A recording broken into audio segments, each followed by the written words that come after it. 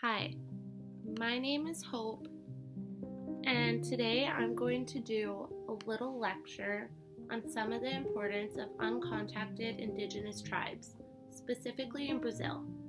We don't have all that long, so I'm going to jump right into it. So, to start off, I'm going to cover a key term we need to understand. What exactly is an uncontacted tribe? An uncontacted tribe is a group of people who have no contact with the mainstream society.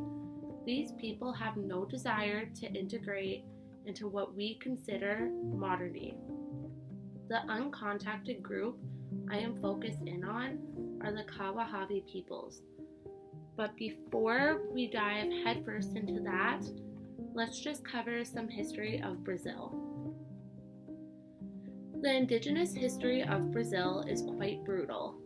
The people dealt with many horrific events that had a great deal of violence leading to genocide.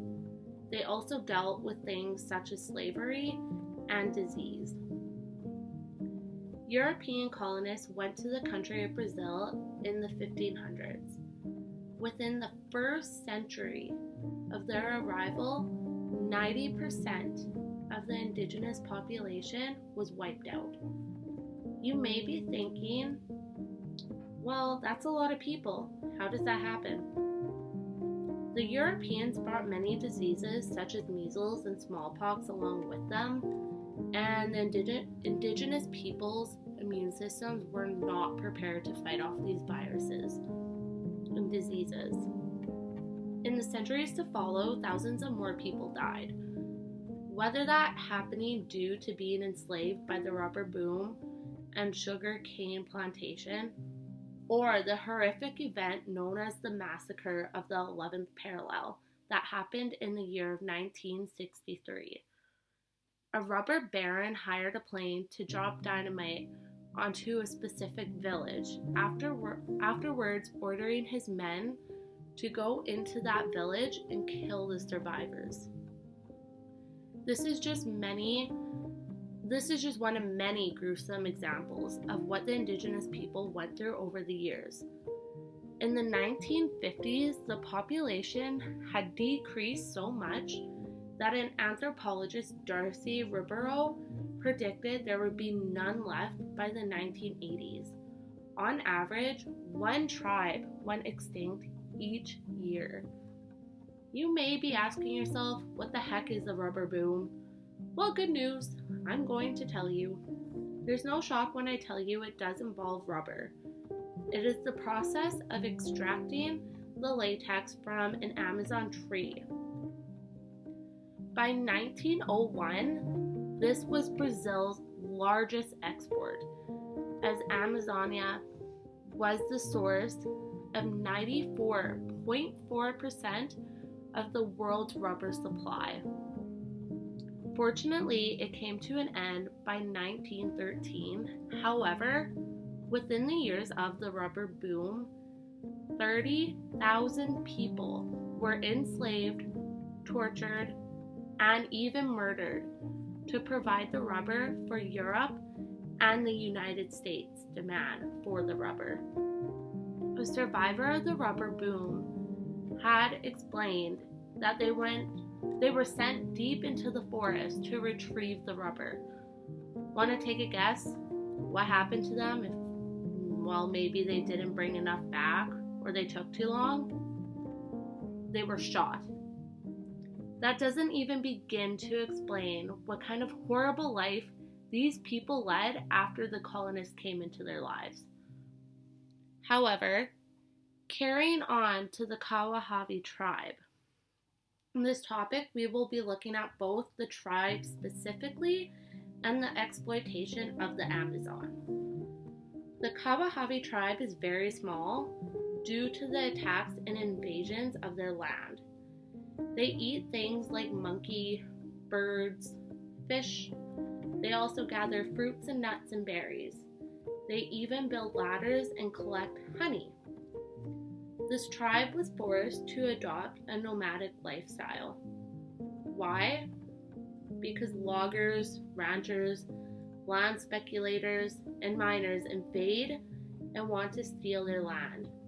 Between the years of 2000 and 2011 alone, 4,139 hectares of forest was destroyed by illegal invaders.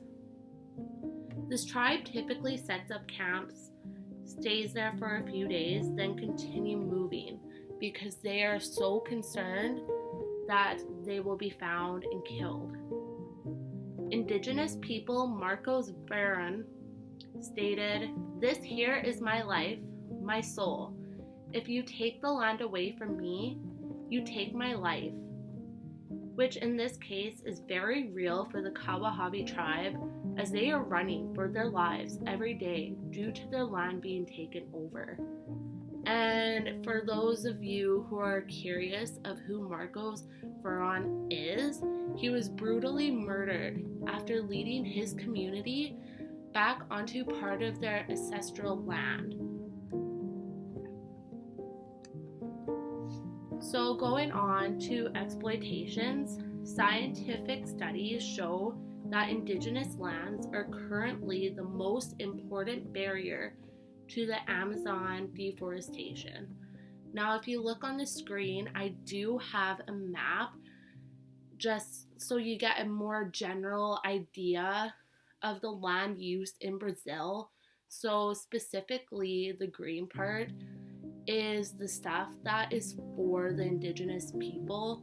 So if you really think about it, if we didn't have that barrier, we can't touch that land because it is put aside for indigenous people. But if there wasn't that barrier, you would have more of that land getting destroyed for pastures and crops and for other types of uses. Since the early 1900s, the Amazon has been exploited in many ways, from hectares of land being destroyed to industrialized cattle ranching. Brazil has a very large export of beef back then and now.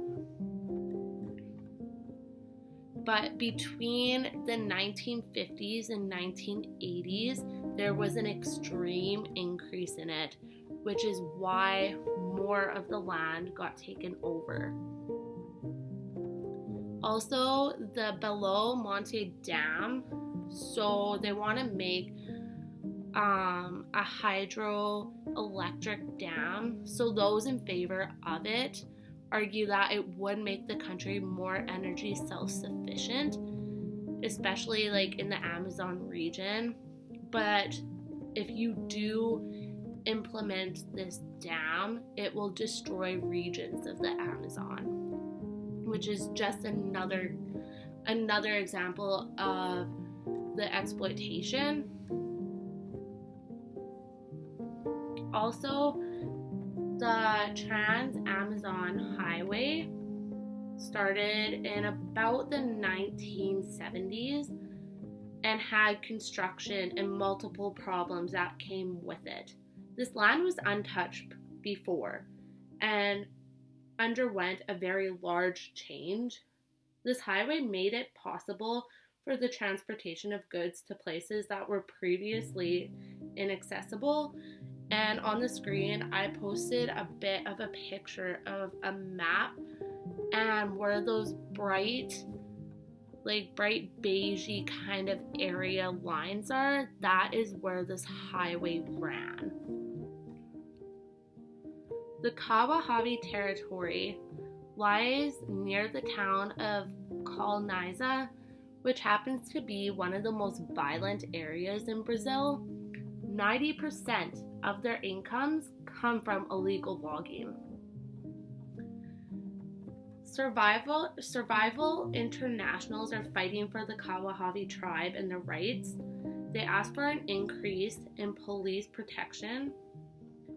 However, Bolsonaro, who is the president of Brazil, had stated there is no indigenous territory where there aren't minerals, gold, tin, or magnesium in these lands, especially in the Amazon. the richest area in the world. I'm not getting into this nonsense of defending land for Indians. And the newspaper, theguardian.com, also wrote a testimonial stating that Indigenous peoples are frequently regarded as obstacles to advance the agribusiness, extractivity industries, roads, and dams. As more rainforest is invaded and destroyed in the name of the economic progress and personal profit, uncontacted tribes become targets, massacred over resources, because greedy outsiders know they can literally get away with murder. These are silent, invisible genocides with few, if any, witnesses. And the news often only emerges months, if not years later.